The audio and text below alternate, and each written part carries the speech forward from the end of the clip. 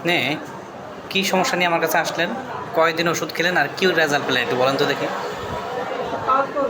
এই যে কয়েকদিন আগে আসলেন না, কি সমস্যা নিয়ে আসছেন আর কয়দিন ওষুধ খেয়েছেন আর কি রেজাল্ট পাইলেন? সমস্যা নিয়ে আসছিলাম না, আমি ওষুধ খাওয়ার পর আমি অনেক উপকার পেয়েছি। আচ্ছা আচ্ছা, মিন্সের কি সমস্যা যেন ছিল? আমি ব্লাড বেশি বানতো, হুম, তারপরে তলপেটে ব্যথা ছিল। ব্যথা ছিল, আচ্ছা, তারপরে আর কি আর সমস্যা? সামনে ছিল বলে অনেক সর্দি সারা দিয়েছে। আচ্ছা, তলপেটের ব্যথাও এখন নাই। আচ্ছা আচ্ছা।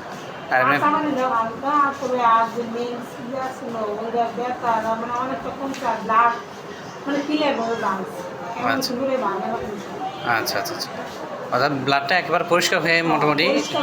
পরিষ্কার হয়ে বানছে, যে সময় বন্ধ হয়েছে আর না হলে একটু একটু করে থাকতো, আচ্ছা, মানে মানে 27 দিন থাকতো, এবার তার 6 দিনের দিনে একবার বন্ধ হয়ে যায়।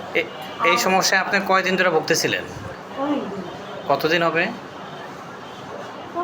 অনেক দিন এই মনের সময় কি করবো? আরো দিয়েছি তো মনে করেন আরো ওষুধ খাইছে, কোনো সময় ভালো হয়েছে, কোনো সময় আবার আচ্ছা আচ্ছা খাইছি, আর তো ভালো হয়ে গেছে, আমার 2-3 মাস পরে আবার আচ্ছা আচ্ছা, তার মানে অনেক আগে থেকে এই সমস্যা ভুগতেছিলেন।